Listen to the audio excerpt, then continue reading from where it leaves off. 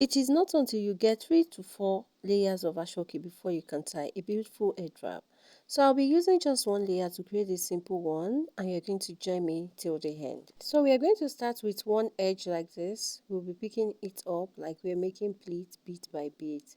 So you're going to make as many pleats as you can make till the fabric remain the little one you can use to knot it at the Here is the center. little part that remain, which I'll be using to knot at the center. But before I go there, I'll take a band and use it to grab this up. While grabbing, make sure it is firm so that it doesn't loosen up while you are working with the other part.